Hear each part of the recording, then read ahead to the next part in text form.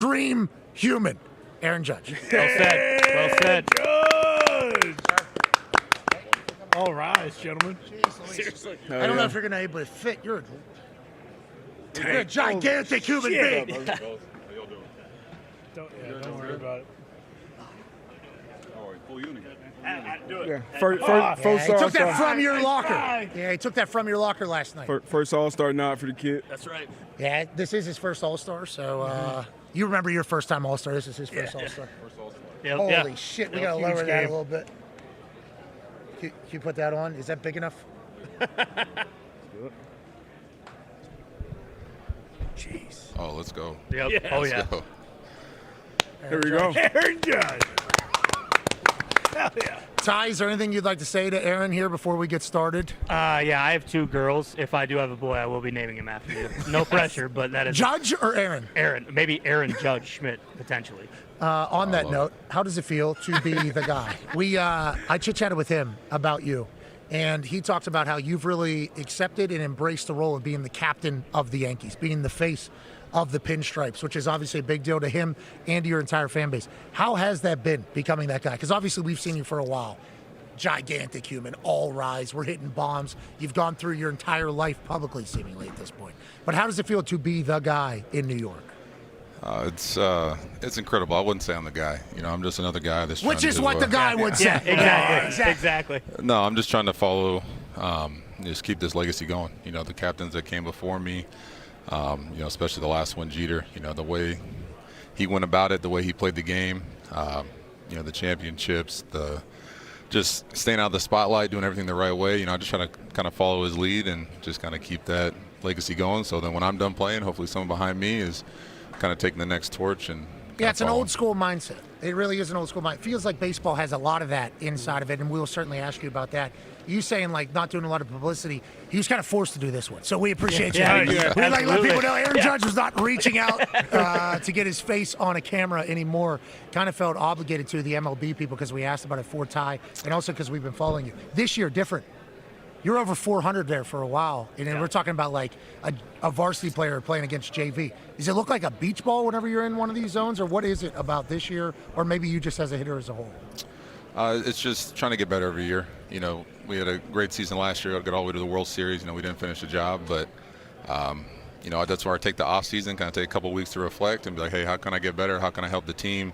What things can I do personally to just kind of take that next level in my development? And we're just working on it. So What I is try it? not Is to it look at the seeing the stats. ball better, or what is it? Like, how does that work? How do you get better at seeing the ball? How old are you? 33. You're about to beat Jesus. You make it one more year. Congratulations, and God bless him. But with that being said, how do you seeing the ball better? Is that something, or like take me as somebody who never played baseball? Well, How does a hitter get better? Well, I think the cool thing about with the major leagues, like when you're working your way up through the minor leagues, you're in high A, you do well there, they bump you up to double A. And now it's a whole new league, new pitchers, new players.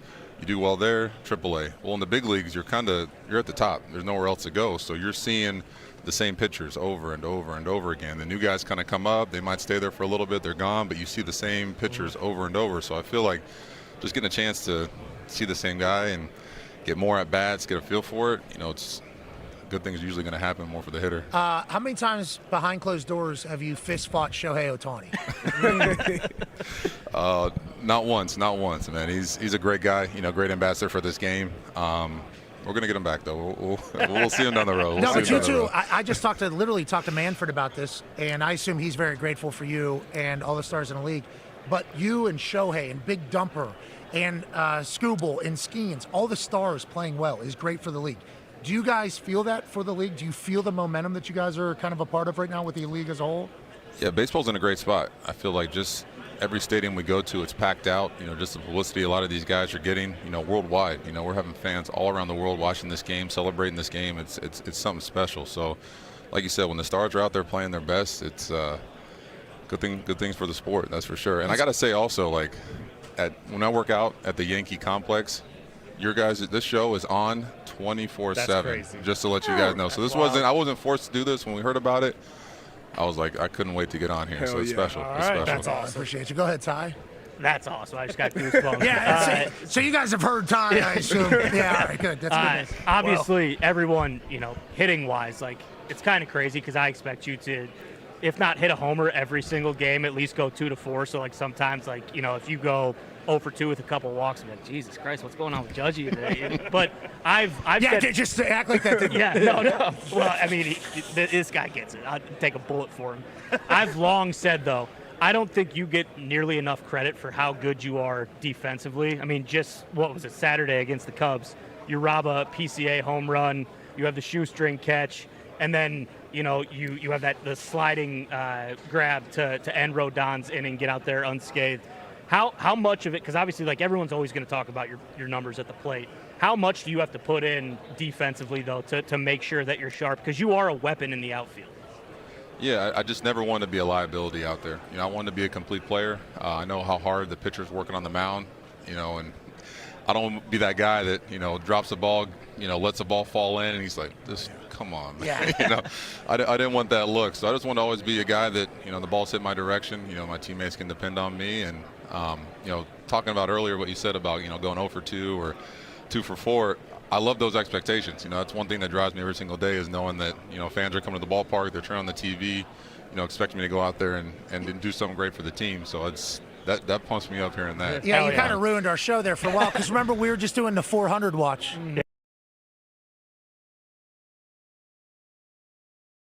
Get back to over 4. D-Bud has a question for you. Yeah, Aaron, you obviously made the correct choice, but we're in a world now where young kids start to get specialized in sports really early on. You were a phenomenal athlete, I know, on at least the high school level in all different sports. When did you know for sure it was going to be baseball and you're going to go that direction? I always thought it'd be baseball. You know, I love playing baseball growing up, just a chess match, back and forth, pitcher, hitter, you know, the pitcher, catcher, just everything involved. But I love football growing up, you know, just the mentality you got to have to go out there and just, you know, I'm going to kill this guy in front of me. Yeah. Which was, you Then know, put so your much ass at tackle, though. Nah, not tight end. Tight end. Oh, yeah, 6'7", you're right. Tight end. But there pass is like is baseball 6'7"? I mean, I think O'Neal O'Neal's Cruz good. is as well. Is there like a too tall moment? Like if you get to 6'8", is that too big for baseball? Well, I think I'm technically 6'8", but I tell people 6'7". Oh, because of this. To stay underneath that, yeah, exactly. Because so. I assume too tall, not. I mean, how many? Randy Johnson's the only one I can think of. Yeah, there's how many pitch, giants? you can be as tall as you want. Yeah, there's not too many. Your strike but- zone is gigantic. Oh, yeah, he gets screwed with the low strikes all the time. Yeah, all we'll talk the about time. that. We'll talk about that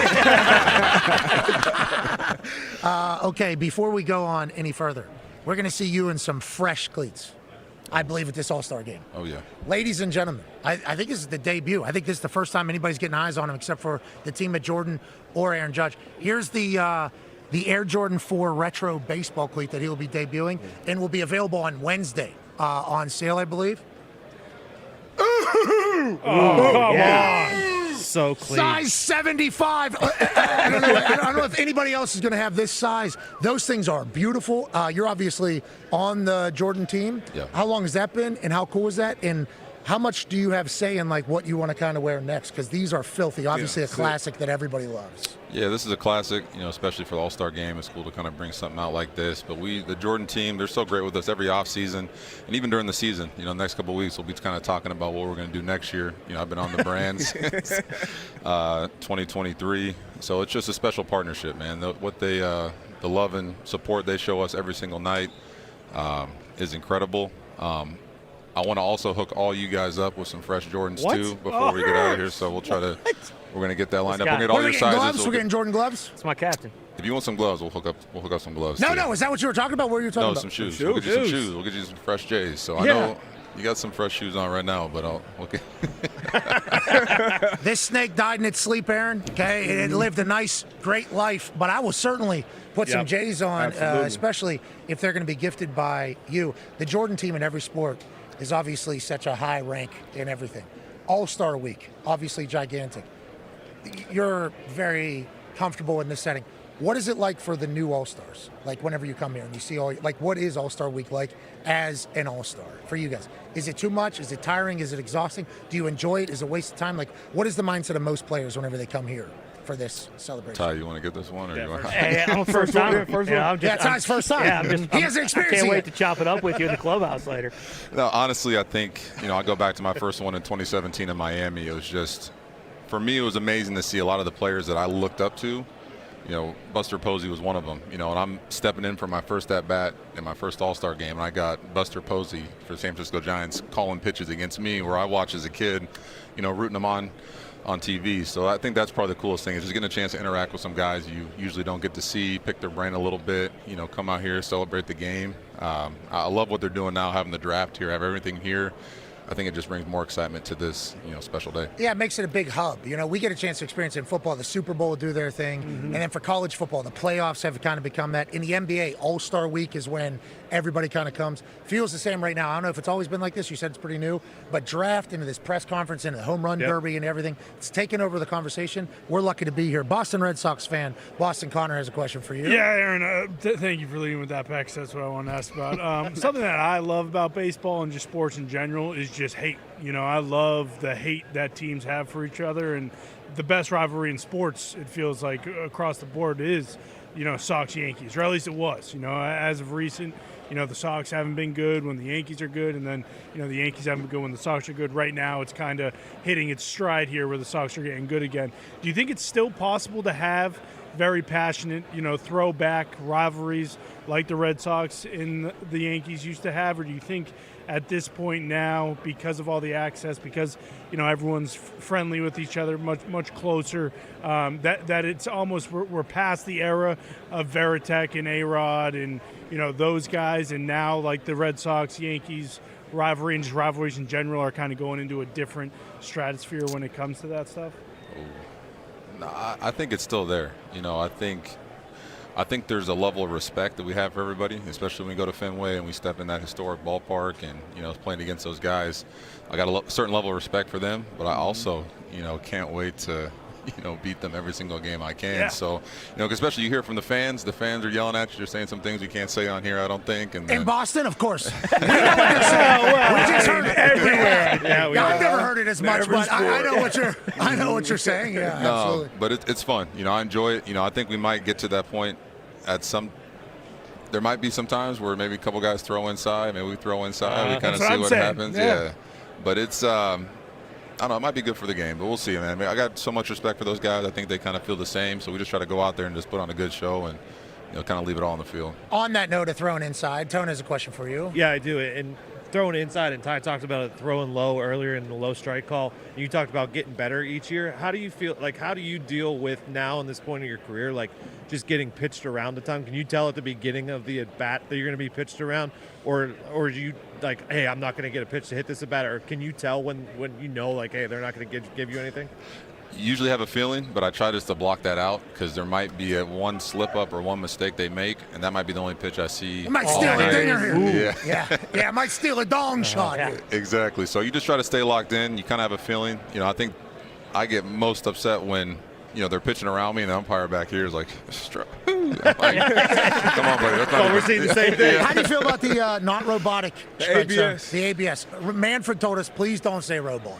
Yeah, he did. Okay, I take exception with you saying robot. It's a system that we have crafted over the years. How do you feel about that?